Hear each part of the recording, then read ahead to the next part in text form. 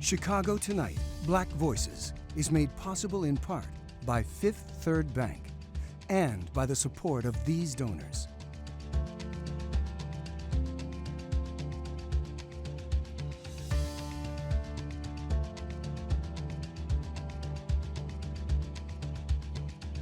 At Fifth Third, we believe when diverse voices are heard and empowered, communities are made stronger, lives are made better, and the future holds greater promise for all. That's why we're proud to support Chicago Tonight Black Voices. Together, we can make a difference. Together, we can drive change.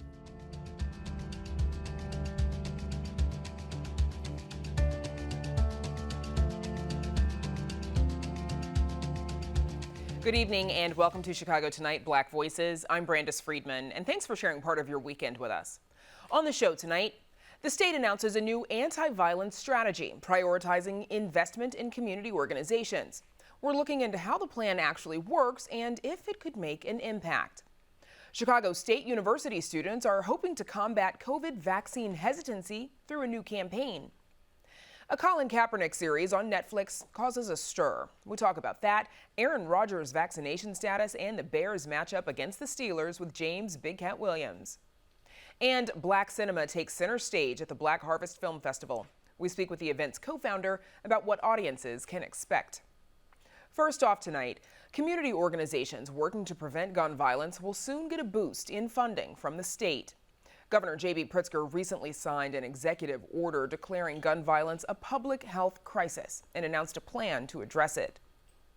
We will do what it takes, individually and collectively, to address the immediate violence on our streets and invest in the fighting the underlying causes that create too much despair, too much addiction, too little mental health treatment, and too few opportunities. Communities, mostly Black and brown, where the people of these communities are often viewed as the problem rather than recognizing that it is the inherited conditions in which our neighbors, friends, and loved ones live that is the problem that perpetuates this violence. The Reimagined Public Safety Plan includes $50 million in community-based grants for the 2022 fiscal year. The governor hopes to get $100 million more for 2023 and 2024. Now, that funding comes as Chicago remains on track to have one of its deadliest years since the year 2000. According to the latest CPD crime numbers, there have been 678 homicides so far this year, the most we've seen since 2017, and more than 3,000 shooting incidents. Joining us now with more are Pastor Corey Brooks, founder of Project Hood, Del Reese Adams, acting executive director of the Illinois Criminal Justice Information Authority, and State Senator Robert Peters, a Democrat from Chicago. Thanks to all of you for joining us on Chicago Tonight Black Voices. State Senator Peters, let's start with you, please. You sponsored the Reimagined Public Safety Act. How is this legislation much different from other efforts to address gun violence? I think one of the main parts here is the fact that it's driven by data and evidence. You combine that data and evidence alongside, the Office of Firearm Violence Prevention, and the coordination between different departments helps us to be able to target areas most in need of gun violence prevention and trauma intervention. And I think that we've done a lot of amazing work. I think Director Adams will point that out. And it's just expanding on those efforts and really pinpointing areas that we see of the highest need throughout the state in both Chicago and central and southern Illinois. And right now we're looking at a graphic that has a bit of that plan on it with regard to high-risk youth intervention programs, violence prevention services, youth development, as well as trauma recovery services for young people. Senator, you just mentioned that the plan is being presented as an evidence-based and data-driven approach. What do the evidence and the data tell you? Well, what it mostly tells us is where communities are. It's really focused on firearm violence. We have communities throughout Chicago where oftentimes when we talk about violence prevention or we talk about public safety, it's, broad, it's these sort of big wishy-washy words. Instead of saying at the end of the day, when we want to create safety for communities, we've got to ground it and root it and target it in areas of highest need. And so you see areas, throughout the city throughout the state of, here in Chicago, in Illinois, whether it's Rockford or Waukegan or Peoria or the south and west sides of Chicago. And the idea of being able to target it and focus on that and be able to have a holistic approach, I think will be necessary and important after, let's be honest, what has been a very difficult year here in Chicago and to expand on that in the country when it comes to violence. A lot of people and a lot of young people are particularly feeling an extreme level of trauma and pain, and we need to step out in front of it. Del Reese Adams, you're focusing on 5 violence prevention goals, and they are stop the violence, promote safety, support children, youth, and families, advance equity, support health, and promote collaboration. How did you all arrive at these particular areas of focus? Yes, so this violence prevention plan is a comprehensive statewide plan. It was created by over 130 voices from community, as well as 8 of the state agencies and many stakeholders that are part of our ad hoc violence prevention committee. So over the course of the year, community providers, as well as stakeholders and advocates who have been working in the violence prevention realm for many years, trying to combat what we know is a public health issue, but what we're saying today is a public health emergency. And so over the course of 8 or 9 months, this group, along with the University of Illinois, helped with some data, county level data, understanding where those pain points are across the state, and raising up these priority areas for a comprehensive plan that can go statewide. Pastor Brooks, I want to bring you in here. Project Hood is an organization aimed at preventing violence in Chicago. If your organization were to qualify for these funds, how would that help the work that you do in organizations like yours? Well, we're extremely grateful for Senator Peters and Director Adams, first of all, pushing this legislation through, because it's going to allow us, if we're awarded those funds, to be able to, one, hire more individuals who work at a street level to help maintain the violence, to make sure that we keep it below where the rest of the city is as far as we're concerned. In 2012, the Chicago Sun-Times wrote an article that we were the most dangerous block in the city of Chicago. But because we were able to fund Project Hood and our violence prevention workers, we're now not even in the top 30. And so that's going to allow us, if we're awarded funds, to expand our work. It's going to allow us to continue to put programs in place like our construction program, our electrical program, our entrepreneurial and hospitality program, where we specifically target individuals who are likely to be shot or likely to be a shooter. So those funds are very necessary for organizations like ours to build capacity and keep our work going so that we decrease the violence in our neighborhood. And sticking with you for another second, Pastor Brooks, we just cited those escalating violence numbers in this past year. What have you seen, and what's your work been like as a result of that increase? Well, for us, we've been very grateful and thankful that we have a great team of individuals who are working very hard to decrease the violence. We work with organizations. We believe in collaborative work. We're part of CP4P with the Metropolitan Family Services. Communities Partnering for Peace. Yes, Communities Partnering for Peace. Right in our neighborhood, though, where we are, in the Woodlawn area, we've made sure that even though the numbers in Chicago have been going up, our metrics show that our numbers have been decreasing. And we believe that's number one, because of the funding. Number two, because we've been able to hire some great people to be at work in the community, and we'll be able to do those same type of things. I think the model that's being used for supporting the efforts of so many organizations that are trying to work on the violence is only going to be helped across the city, not only across the city, but across the state. And I think that's a great thing. Now, when the Reimagine plan was announced, several leaders and lawmakers stressed the need for collaboration between the community and the police, including Mayor Lightfoot. Here's a bit of that. We've got to stop villainizing our police officers and supporting them. There's no other organization in our city, in our state, that runs towards danger to protect us. So we need to be thankful for our police officers and not leave them feeling like the community doesn't have their back.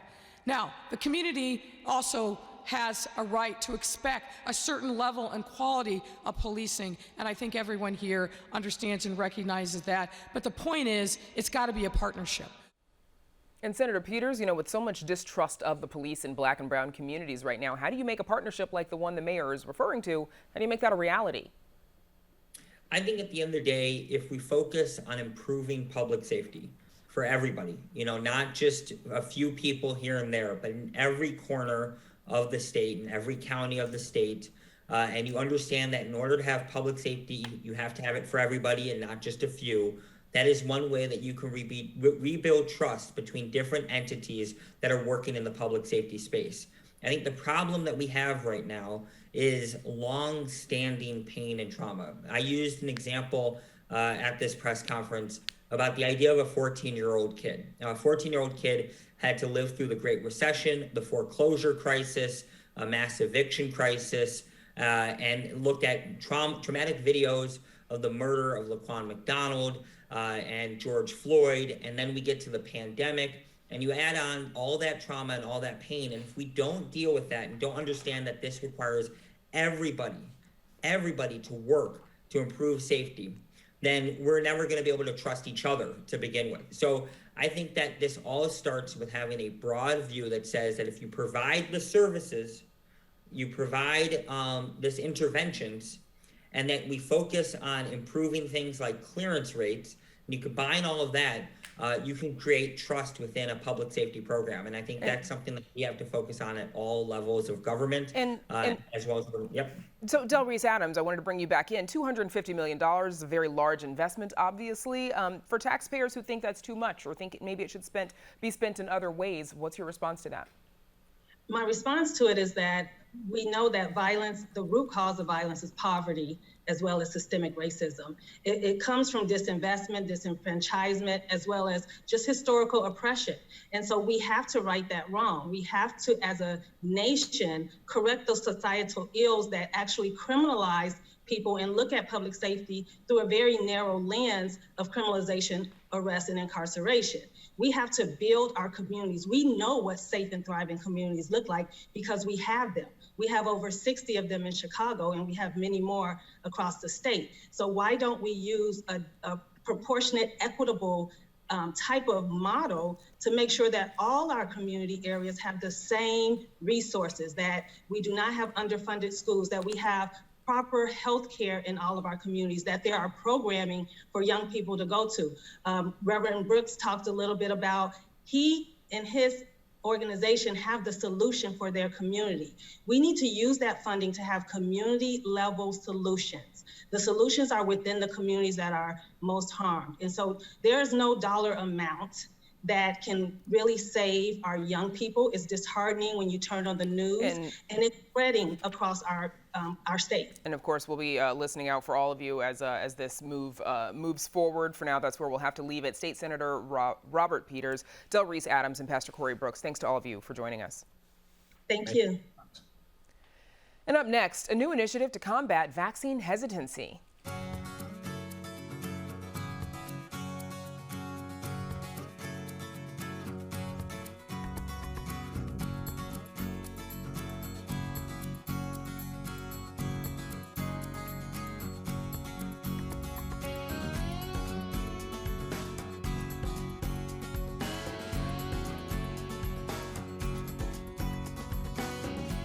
Chicago State University is teaming up with the Chicago Urban League and the Bronzeville Children's Museum to bring COVID-19 vaccine awareness to black and brown communities.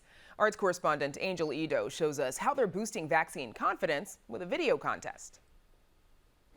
Students at Chicago State University are encouraging members in their community to get the COVID-19 vaccine through the help of a new initiative called Vaxamillion. In addition to hosting community events where vaccines are offered with a $50 financial incentive. Excuse me, are you vaccinated? Yeah. No. What you mean no? Wait, why? Why would you become vaccinated? Get vaccinated is to protect your family, protect your people and whatnot. Why won't you get vaccinated, you know? Students were tasked with creating 1-minute videos on why getting the vaccine is imperative. The most creative video winners received $1,500. With the vaccine, the choice is yours. 12-year-old Aubrey is one of those campaign winners. We're 2 years in COVID, and we know those results, and they're not good. So the vaccine could go down or up, but we're already down, so the only place we can go is up. Dr. Suzette McKinney agrees. As a featured panelist in the Vaxamillion campaign's Vax Over Fear conversation, she says the campaign works to address common misconceptions people have about not only getting the vaccine, but fears around going to the doctor as well. What many of them look at are healthcare disparities that currently exist, many of which have existed for quite a long period of time. In Black and brown communities, we see higher rates of chronic health conditions, such as diabetes, high blood pressure, heart disease. The healthcare system has not always treated Black and brown communities with the same level of dignity and respect that they've treated non-minority communities. So with COVID and with the COVID-19 vaccine, many people in Black and brown communities don't necessarily trust that this is a vaccine that is going to be helpful to them. Because of specific situations that we've seen in history, they are the essential workers that are required to be out continuing to provide services when the disease spread initially started. And so being out in the public, they were at greater risk of exposure. Now that was the focus of CSU junior Kyra's video campaign, who was also a winner. Kyra reminds people who she's taking the vaccine for. I have underlying health problems, my respiration isn't the best, and I'm pregnant. But I have the vaccine, I've had it for months, I've been okay, and at this point I actually feel safer. I took this vaccination for my kids, my unborn child, and the people around me, not just family, because my neighbor is part of my family. My teacher is part of my family. I see her 3 times a week. So at this point, I want her to be safe. I want her to go home to her family safe. That being said, I'm just happy that Chicago State gave me power behind my voice. CSU President Scott says she's proud to represent an institution that's playing such a vital role. One of the most important things that we can do for our future is making sure that there's diversity in healthcare and in science, because we have to do something to get cultural awareness and cultural competency in the healthcare profession. And I think that's one of the things that Chicago State brings to the community. For Chicago Tonight Black Voices, I'm Angel Ito. A total of 14 students were part of the project, with 8 videos produced in the first round of the campaign's contest. The videos will be featured on the Vaxamillion website and shared with Chicago area schools, including CPS. A new Netflix series on Colin Kaepernick is causing a stir. Packers quarterback Aaron Rodgers is not vaccinated after all. And on the field, the Bears prepare to tackle the Steelers in Pittsburgh on Monday night.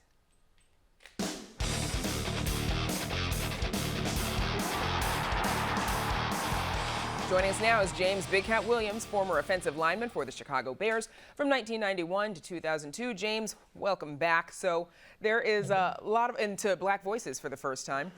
So there's a lot of reaction to Colin Kaepernick's new Netflix series about his life that compares the NFL draft to slavery.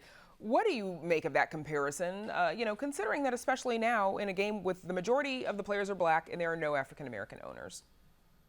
Well, I could see how an African-American player would make that comparison. Unfortunately, as a player, I never had an opportunity to go to the combine, but I've talked to several people over the years, and it doesn't seem like it's changed much from the time when I've played to now. It's basically a meat market. You're putting a pair of spandex pants, you're flaunted in front of a bunch of people, and they take pictures of you, they measure you, and they ship you off to another room where there's another room full of people that are going to look at you and poke and prod you. So, I haven't had an opportunity to watch the Netflix special, but I would like to check it out. And, I could see where the comparisons are made. Yeah, is that not an extreme comparison to make, though? It is. It really is. That's why I'd like to, watch it first. But, it's a lot of it seems to be unnecessary. A lot of it seems to be things that you could accomplish without all the extra people in the room, should I say. But it's a process that the NFL has gone through for quite a few years, and like a lot of other processes in the NFL, it's probably one that needs to change a little bit. All right. right. So we know that Aaron Rodgers has tested positive for COVID-19. Turns out he wasn't vaccinated. He used the word immunized when he was asked the question some months ago. And he was apparently referring to a homeopathic treatment that he was taking. So that means that he's also been breaking NFL's COVID protocol all this time. He's going to miss the game on Sunday, of course. Should the NFL impose a further ban or some other sort of punishment upon him? Or should the team be imposing something else? I think somebody has to do something. You know what the rules are. The league and the union got together. They came up with these rules that they wanted players to follow. Everybody agreed on it. And why lie about it? Why not just come out and say that I did not get vaccinated. I am going through another process. I'm talking to the NFL about this process. It's not right. I don't think there's any way that he should not be punished somehow, financially or with some type of suspension. But like people said, you're talking about the former offensive MVP of the NFL. All right. What direction are they going to go? Exactly. So, and I've got more questions on that, but we got to keep it moving because we got to talk about the Bears and the game against the 49ers this last week. Their third straight loss. Wasn't the humiliation quite that they suffered at the hands of Tom Brady and the Buccaneers. How would you rate the performance, and particularly of the team, but particularly of quarterback Justin Fields? Well, when you look at Fields, you're looking for every week for him to make improvements. And I think in the 49ers game, we saw a more comfortable Justin Fields. We probably saw a play in his 22-yard scramble that'll be remembered as long as he's alive. I mean, that play will live forever. But the things that stood out to me were, his touchdown pass to Jesse James in the end zone, him rolling left, squaring up his shoulders and throwing it where only Jesse James could get it. These are the things that I'm looking forward to week to show his improvement, to show his progression, and to show off his skill set. All right. So next up for the Bears, Steelers on Monday night. In contrast to the Bears, the Steelers have won their last 3 games. How do you see this matchup? Well, this is going to be a rough one. When you're talking about going to Pittsburgh, playing on Monday night, the crowd is definitely going to be a factor. You've got your young quarterback back there. You have an offensive line that you've been trying to protect all season. And, things like snap count are going to be something that they have to pay attention to, because you don't want guys like J.J. Watt. You don't want guys like J.T. Watt coming off the edge on your young tackle and, him being laid off the ball. So you've got to do some things, whether it's scheme-wise, just different things, chipping the tackles to help with the defensive ends. You got Hayward in the middle. They're going to have to do some things to help shore up that line and protect Justin Fields. Okay, so in about 30 seconds, what's your prediction? And show your work. It's going to be a hard task for them. The Steelers are built for winning close games. You've seen that the Bears are not able to put up a lot of points. So it's going to be a tall task for them to go into Pittsburgh and win. So I'm going 24-17 Pittsburgh. But if they keep it close, they do stand a chance. All right, James Big Cat Williams, thanks for joining us on Chicago Tonight, Black Voices. We'll see you next time. Thanks, Candace. Movies celebrating Black actors, filmmakers, and stories will be on display at the 27th Annual Black Harvest Film Festival. After going fully virtual last year, the festival is back and in person at the Gene Siskel Film Center. Audiences can watch more than 30 films and documentaries and 6 short film series. Filmmakers will also attend some of the screenings for Q&A sessions. This festival's co-founder, Sergio Mims, spoke with us about its success and evolution. It shows that there's a real market for this stuff. There's a real hunger for Black cinema. And by the way, let me make this very, very clear. And I say this all the time. When people talk about Black movies, they really refer to films that are released by major studios. Oh, Black Panther is wonderful. Okay, fine. But the overwhelming majority of Black films are made independently, outside the studio system. And, some of these films get lucky and get distribution. Some of them don't get distribution. And, this still has to. So that's why one of the main reasons, maybe the most important reason, why Black Harvest was created, and other Black film festivals as well. I'm not used to seeing good-looking peoples like us. She's nervous. Take a step up. Maybe she ought to take a few more steps up. Just get someplace safe. I think you might just have the next Michael Jordan. Oh, no, brother man. Some of the highlights include a documentary about music icon Dionne Warwick and King Richard, which tells the story of Venus and Serena Williams and stars Will Smith. The Black Harvest Film Festival runs through December 2nd. You can find a link to buy tickets on our website. And that is our show for this weekend. Be sure to check out our website, WTTW.com/news, for the very latest from WTTW News, including details on local efforts to vaccinate kids against COVID-19. And if you're watching us on Saturday night, also know that you can catch Black Voices and Latino Voices on Sundays beginning at 10 p.m. And join me and Paris Schutz next week at 7 on Chicago Tonight. Now, for all of us here at Chicago Tonight Black Voices, I'm Brandis Friedman. Thank you for sharing part of your weekend with us. Stay healthy and safe, and have a good night.